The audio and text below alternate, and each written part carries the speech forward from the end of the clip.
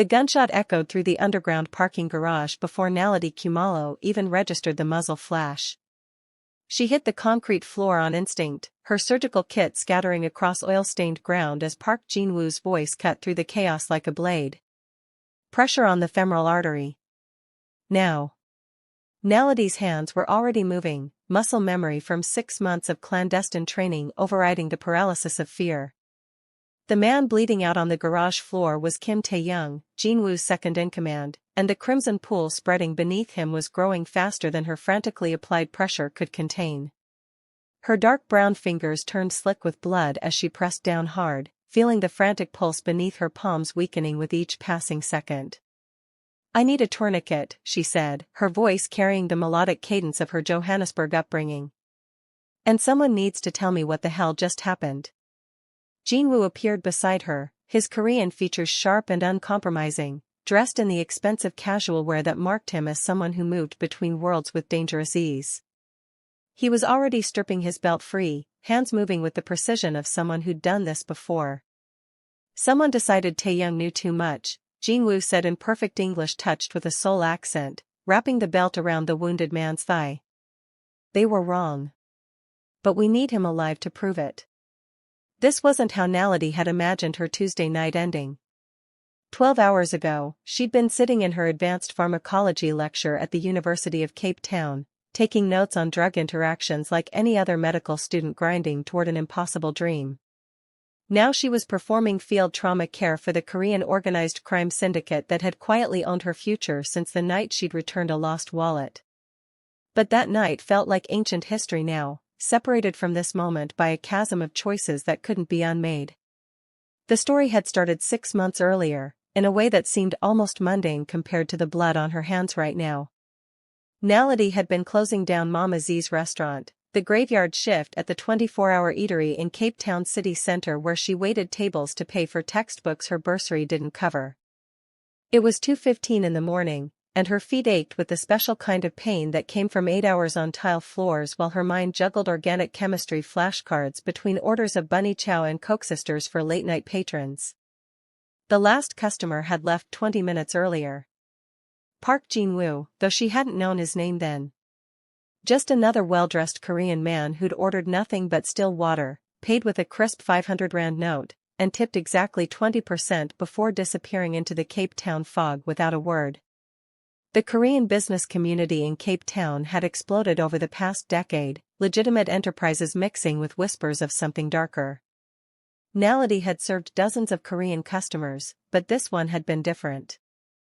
The way he'd watched everything, the deference shown by his 2 silent companions, the sense that violence lived just beneath his expensive suit. She'd been wiping down his booth when she found it wedged between the vinyl cushions. A black leather wallet, expensive in the way that whispered rather than shouted wealth. Her first instinct was to call out, to catch him before he got too far. Her second instinct, the one that came after she'd opened it and seen the contents, was to pocket the entire thing and disappear. 28,000 rand in pristine 200 rand notes. A matte titanium card with Korean characters engraved on the surface. An identification card with the man's face but none of the usual South African government markings. And a business card with a phone number, nothing else. Naledi had stood there in that empty restaurant, holding more money than she'd seen in one place in years, and felt the weight of every bad choice her grandmother had warned her about pressing down on her shoulders. Rent was 2 weeks overdue. Her younger sister Thandai needed school fees that their father's taxi driver salary couldn't fully cover. Her medical textbooks cost thousands of rand, and she'd been getting by with library copies and borrowed notes. She could take one note. Just one. Nobody would ever know. The man was clearly wealthy enough that 200 rand meant nothing to him. It meant everything to her. Her grandmother's voice had echoed in her head, the memory sharp enough to hurt, spoken in Zulu.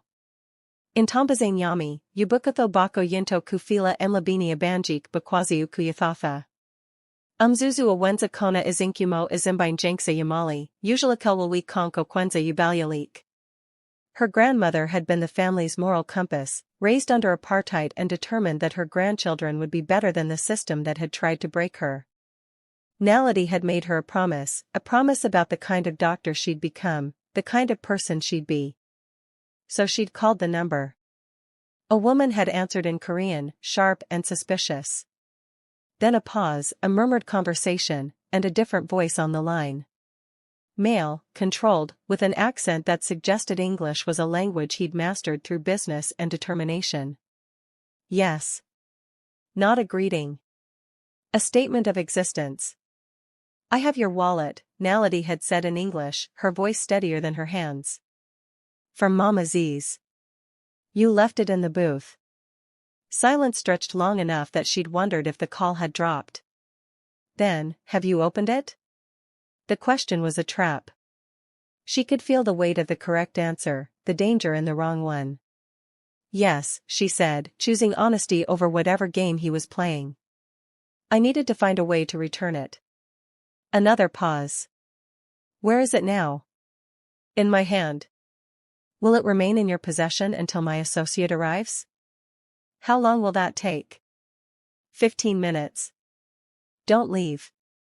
Don't tell anyone. And Miss Khumalo, don't make me regret trusting you with something I value. The call had ended before she could ask how he knew her name. The Mercedes-Benz S-Class had arrived in exactly 14 minutes, black and menacing in the empty parking lot outside the restaurant. The man who'd emerged was tall and broad, unmistakably Korean, moving with the kind of fluid precision that suggested military training or something worse. He'd introduced himself as Choi Min-ho, his English heavily accented, and he'd examined Naledi with the same thoroughness she imagined he'd use inspecting a suspicious package. He'd taken the wallet, verified the contents with meticulous care, and then placed a padded manila envelope on the counter between them. Mr. Park appreciates integrity, Min-ho had said. It's rare. This is for your trouble. Naledi had opened the envelope after he left. 32,000 rand in crisp bills and a handwritten note on expensive cardstock, written in English. Rare indeed. I expected you to take at least one note. Keep this. Don't spend it yet. Wait. The signature was just initials. PJW. The waiting had been worse than poverty. Naledi had hidden the money in a hollowed-out anatomy textbook, unable to spend it but unable to forget it either. She'd started noticing things. Cars that lingered too long outside her apartment in observatory. The same face in different coffee shops where she studied. The sensation of being catalogued, evaluated, prepared for some purpose she couldn't yet see. 3 weeks later, Park Jin-woo had appeared in the university medical library at 11:30 on a Thursday night, settling into the chair across from her study carrel like he'd been invited. He'd been reading a Korean medical journal, which should have been her first clue that nothing about this man was simple. You haven't spent the money, he'd said without preamble in English, not even looking up from his reading. Naledi had considered lying, considered running, considered calling campus security. Instead, she'd marked her page in her emergency medicine textbook and met his eyes. No. Why not? Because you told me to wait. And because money that comes with instructions usually comes with strings attached. He'd smiled then, the expression not quite reaching his eyes. You're smarter than your marks suggest. Though I suppose working 40 hours a week while carrying a full medical course load doesn't leave much room for academic excellence. You've been investigating me. Due diligence. The wallet contained access codes to accounts holding 18 million rand. You're the only person in this city who returned it intact. That makes you either extraordinary or extraordinarily stupid. I needed to determine which. And? You're extraordinary.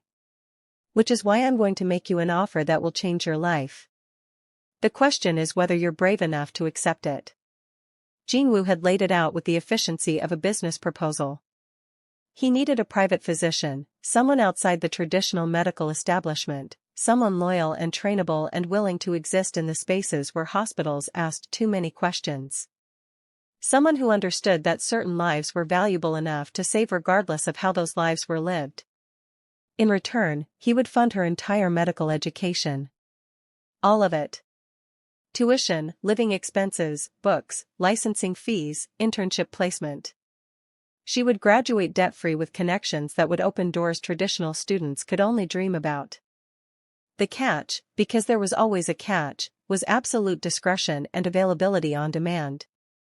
She would treat injuries that couldn't be reported. She would see things she couldn't unsee. She would become complicit in a world that existed in the shadows of the city she thought she knew. "What's your price?" he'd asked. "What am I really agreeing to?" she'd countered in response. "To save lives I value. And to keep secrets you'll wish you didn't know." Naledi had thought about her grandmother, about Thandai and her school fees, about the 200,000 rand in student loans already crushing her future before it began. She'd thought about the kind of doctor she wanted to become and the reality that noble intentions didn't pay for medical school in post-apartheid South Africa where opportunities remained unevenly distributed. "I accept." Jin-woo had handed her an encrypted satellite phone, compact and anonymous. "Never turn this off. Never share the number. Never ignore a call. Welcome to your new life, Dr. Khumalo. I'm not a doctor yet. You will be. And when you are, you'll be mine." The 6 months that followed had been surreal. Naledi's financial stress had evaporated overnight. She'd quit Mama Z's restaurant, telling her friends she'd received a bursary from a Korean medical foundation supporting South African students. Her marks had soared when she no longer needed to sacrifice sleep for rent money. The phone had remained silent, a constant weight in her bag that she'd almost convinced herself would never ring. Until it did. 4:17 in the morning, the night before her advanced trauma examination. The vibration had jolted her awake, her heart already pounding before she'd fully registered consciousness. "Bring scrubs.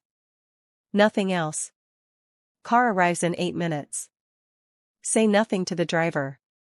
Jin-woo's voice had carried an edge she hadn't heard before, something raw beneath the usual control, his English clipped with urgency. The Mercedes had been waiting when she'd stumbled outside her observatory flat, still pulling her braids into a ponytail. The driver, a Korean woman this time, had said nothing during the 45-minute drive into the winelands outside Cape Town. Naledi had watched the city's lights fade behind them, Table Mountain disappearing into darkness, replaced by vineyards and the growing certainty that she'd made a terrible mistake 6 months ago. The compound had appeared suddenly, a sprawling estate hidden behind gates that whispered money and secrets in equal measure. The main house was dark, but a separate structure, low and modern, glowed with harsh fluorescent light. Medical facility. She'd recognized it immediately. Jin-woo had met her at the entrance, and Naledi had barely recognized him. Gone was the composed businessman from the library. This version of Park Jin-woo wore tactical clothing, a shoulder holster visible beneath his jacket, and an expression that aged him a decade. "Lee Sang-min," he'd said in English, already walking, his accent thicker under stress. 63. Gunshot wound to the chest, entry below the left clavicle. Approximately 90 minutes since injury. He's deteriorating. Hospital, Naledi had started, but Jin-woo had cut her off. Hospital means police. Police means he dies in custody or worse. You're his only chance, and you're my only choice. Can you do this? Naledi had entered the medical suite and found a man who looked like he should already be dead. Lee Sang-min, unconscious on the surgical table, his breathing shallow and labored. The wound was ugly, the entry point surrounded by tissue damage that suggested a large caliber round.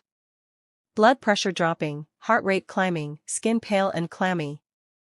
"I need to know what I'm working with," she'd said, hands already moving, gloves snapping on. "Imaging? Labs? What have you done so far?" "Pressure dressing. 4 fluids. I have a portable ultrasound but I don't know how to read it." "Then I'll teach you while we work. Hold this." She'd thrust a light at Jin-woo, positioning it over the wound. "And pray I remember everything from my trauma rotation." The next 2 hours had existed outside of time. Naledi had worked with the focused intensity of someone who understood that hesitation meant death, that second-guessing was a luxury she couldn't afford. Jin-woo had followed her instructions with military precision, his hands steady as he'd passed instruments, held retractors, managed the improvised anesthesia that kept Sang-min unconscious but breathing. She'd located the bullet, lodged against the posterior chest wall, millimeters from the subclavian artery. She'd debrided damaged tissue, irrigated the wound, closed layer by layer with sutures that would hold if infection didn't set in. She'd set up a blood transfusion from bags Jin-woo produced from a medical refrigerator that suggested this facility saw regular use. When Sang-min's vital signs finally stabilized, when his breathing evened out and his color started to return, Naledi had stripped off her blood-soaked gloves and felt the adrenaline drain from her system like water from a broken dam. "He'll live," she'd said in English, her voice hoarse, exhaustion bringing out more of her South African accent. "But he needs monitoring. Infection risk is high. And I'm not qualified to do what I just did." Jin-woo had gripped her shoulder, the gesture somewhere between gratitude and possession. "You didn't hesitate. Not once. That's more valuable than any qualification. Who is he to you?" "The only father I've known. My parents sent me to South Africa when I was 12 to manage family business interests. Sang-min took me in, raised me, taught me everything that matters. You gave him back to me." Naledi had looked at the man on the table, at the equipment that must have cost millions of rand, at Jin-woo's expression of barely controlled emotion. "This won't be the last call, will it?" "No. You saved the most important life in my world. That debt runs both ways now. You're not just my doctor anymore, Naledi. You're family. And family protects family." Which brought her back to now, to Kim Tae-young bleeding out on a parking garage floor in the Cape Town city center while gunfire echoed somewhere in the distance. "Pulse is weak," Naledi reported, her fingers on Tae-young's carotid. "We need to move him somewhere I can work properly." "The safe house in Sea Point is compromised," Jin-woo said in English. "The medical facility in the Winelands is 30 minutes away." "He doesn't have 30 minutes. Then we work here." Naledi looked around the parking garage, at the concrete and oil stains and inadequate lighting, and felt a surge of anger cut through her fear. "I'm not a miracle worker, Jin-woo. I need better than this. You're the woman who saved Lee Sang-min with a portable ultrasound and sheer determination. You'll figure it out. That was different. That was you proving you're exactly who I thought you were. Now do it again." The anger crystallized into focus.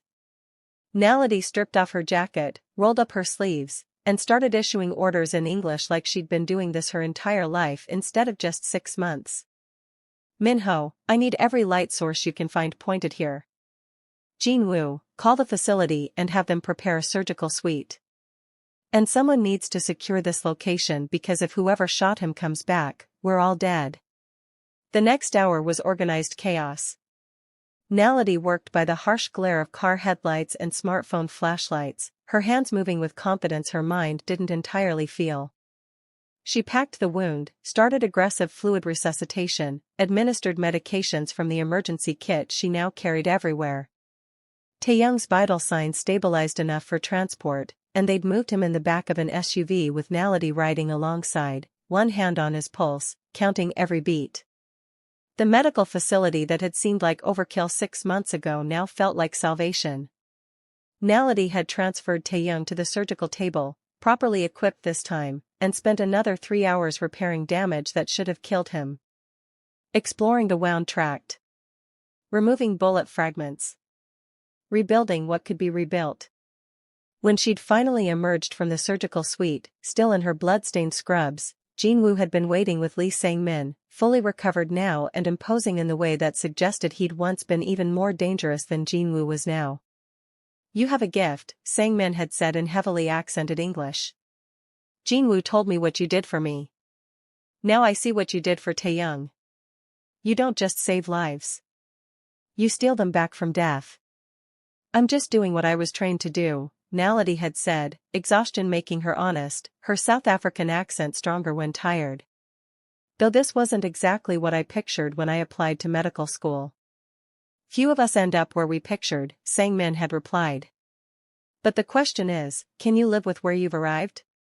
Naledi had looked at her hands, still stained with Taeyoung's blood despite multiple washings. She'd thought about the line she'd crossed, the implicit agreement she'd made every time she'd answered that phone, every time she'd saved a life that existed outside the law. "I don't know," she'd admitted. "But I'm starting to think I don't have a choice anymore." "We always have choices," Jin-woo had said quietly. "You could walk away. I wouldn't stop you. But you'd spend the rest of your life wondering about the people you could have saved, the lives you could have stolen back from death. That wondering would destroy you faster than this world ever could." He'd been right. Naledi had known it even as part of her wanted to run, to return to the simpler version of herself who'd only wanted to be a doctor without qualifiers or complications. That version of Naledi Khumalo was gone, replaced by someone who could perform surgery in a parking garage, who could make life-or-death decisions without flinching, who had become exactly what Park Jin-woo needed her to be. 3 days later, Kim Tae-young had opened his eyes in the recovery room, confused but alive. Naledi had been checking his vitals when consciousness returned, and she'd watched understanding replace confusion as he'd remembered what happened. "You're the one," he'd said in English, his Korean accent thick, voice weak but clear. "Jin-woo's secret weapon. I'm his doctor. You're more than that. You're his hope that we can be more than what we are. That we can exist in both worlds." "I don't understand." Tae-young had gestured weakly at the medical facility around them. "This place. The legitimate import-export business we use as cover. The scholarship fund Jin-woo runs for South African students to study in Korea. He's trying to build something that lasts beyond violence and revenge. You're part of that vision." Naledi had adjusted his checking the flow rate. "I'm just trying to keep people alive. That's exactly why you matter. In our world, death is easy. Life is the miracle." Over the following weeks, Naledi's role had expanded in ways she hadn't anticipated. She'd treated knife wounds and broken bones, overdoses and infections. She'd learned to recognize the hierarchy within Jin-woo's organization by who got brought to her and who got dumped at hospital emergency rooms. She'd become fluent in the unspoken language of loyalty and consequence that governed this shadow world. But she'd also seen the other side. The scholarship fund Tae-young mentioned was real, helping dozens of South African students afford university. The import-export business was legitimate, providing goods to Korean businesses throughout Cape Town and Johannesburg. Jin-woo's network protected Korean establishments from xenophobic violence, mediated disputes before they escalated to bloodshed. It was complicated in ways her grandmother's simple morality hadn't prepared her for. "You're thinking too hard again," Jin-woo said one evening in English, finding her in the facility's break room, staring at nothing. "I can hear it from outside. Just wondering what my go-go would think of all this." "What do you think she'd think?" Naledi considered. "She'd hate it. And she'd understand it. She spent years fighting a system that valued some lives over others. She understood that the system isn't designed to save people like us. Sometimes you have to work outside it." "Is that rationalization or acceptance?" "Both." "Neither. I'm still figuring it out." Jin-woo had sat beside her, and for a moment, they'd just been two people carrying impossible weight. "I need to tell you something. About the night I left that wallet. It was a test." "I know. It was more than that. I was sitting in that restaurant, watching you work, seeing how you treated everyone with the same respect regardless of how they treated you. And I was planning to offer you this arrangement. But I needed to know if you were real or if I was projecting what I wanted to see."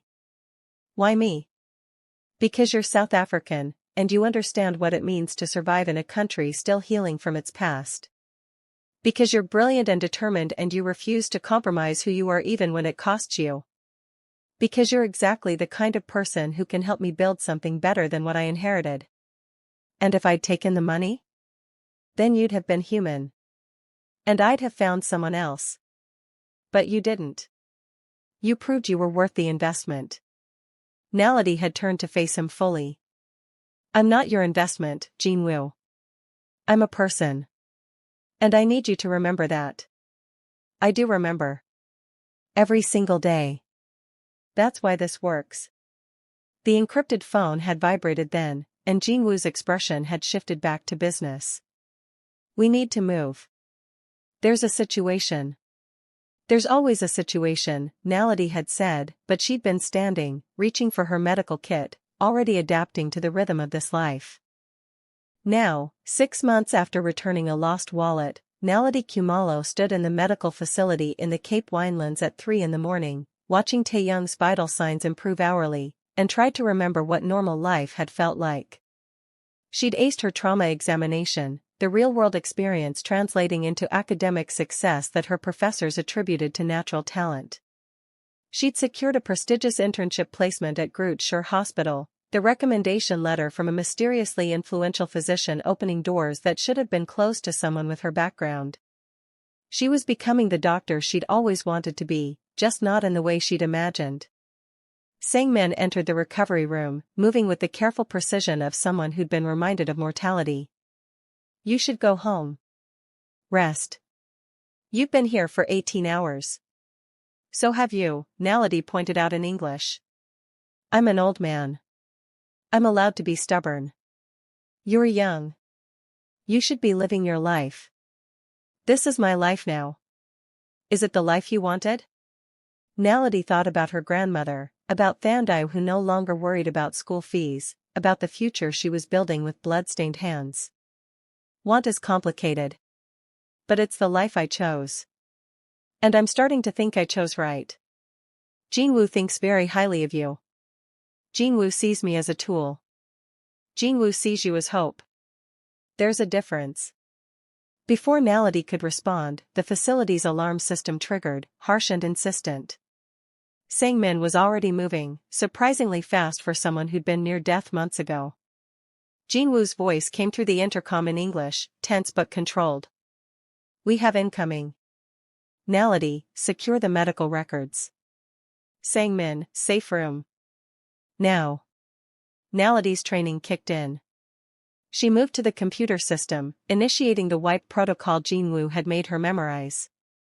Files encrypted, backups destroyed, evidence of their operations erased in seconds. She grabbed the go bag that was always packed, checked on Taeyoung who was stable enough for transport, and prepared for whatever came next. The gunfire was distant but getting closer. Naledi's heart hammered as she helped Taeyoung into a wheelchair, every second feeling like an hour. This was the cost of the life she'd chosen, the price of stolen comfort her grandmother had warned her about. But as Jin-woo appeared in the doorway, tactical vest in place, eyes scanning for threats, Naledi realized something that had been building for months. She wasn't afraid anymore. She was focused. She was ready. She had become exactly what this world needed her to be. Can you move him? Jin-woo asked in English. Yes. Then we go. Stay close to me. They'd moved through the facility's emergency exit, into the vineyards that surrounded the compound. Naledi had pushed the wheelchair over uneven ground, her muscles burning, her mind counting Taeyoung's breaths to keep panic at bay. Behind them, the sounds of confrontation faded as they put distance between themselves and whatever threat had materialized. 5 kilometers through darkness, guided by Jin-woo's tactical awareness and sheer determination. They'd emerged at a secondary location, another safe house in Jin-woo's network in Stellenbosch, and Naledi had immediately set about checking Taeyoung's condition. The transport had stressed his healing body, but he'd survive. They all would survive. Because that's what they did now. As dawn broke over the Western Cape, Naledi Khumalo sat in an unfamiliar safe house, still in blood-stained scrubs, and realized she couldn't remember the last time she'd felt truly clean. But she also couldn't remember the last time she'd felt this purposeful, this essential, this alive. Jin-woo found her watching the sunrise over the mountains. Thank you. For everything. We should talk about contingency plans. If they found the facility once. I know. We'll rebuild. We always do. Is this what the rest of my life looks like? Only if you want it to. The offer still stands. You can walk away. Naledi thought about the girl who'd found a wallet 6 months ago, who'd made a choice based on integrity and inherited wisdom. That girl would have walked away. But that girl didn't exist anymore. I'm staying. But we need new protocols. Better security. And I want a say in how this organization runs. If I'm going to keep saving these lives, I want to make sure they're worth saving. Jin-woo smiled, genuine this time. You're already thinking like family. Sang-min will be pleased. Sang-min will have to get used to someone challenging his decisions. That's why you're valuable. We need people who push back. As the sun climbed higher, painting the Cape Winelands in shades of gold and possibility, Naledi felt the weight of her choices settle into something like acceptance. She'd traded conventional morality for complicated truth. She'd become a criminal's doctor, a keeper of dangerous secrets, a healer who existed in shadows. But she'd also become someone who could save lives the system had abandoned, who could offer hope to people the world had decided didn't deserve it. She'd become her grandmother's granddaughter in ways her go-go had never imagined, carrying forward the lesson about integrity while learning that sometimes integrity meant choosing which rules to break.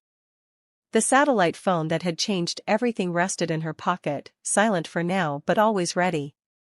Naledi Khumalo, medical student turned underground physician, guardian of secrets and stealer of lives from death, was exactly where she needed to be. And somewhere in the space between the life she'd planned and the life she was living, she'd found something unexpected: purpose, belonging, and the understanding that sometimes the most meaningful choices are the ones that cost us everything we thought we wanted. If you've made it this far, you're part of something special.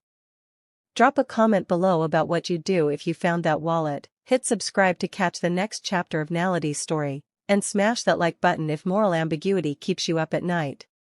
Because this story is just beginning, and you won't want to miss what happens when Naledi's two worlds finally collide.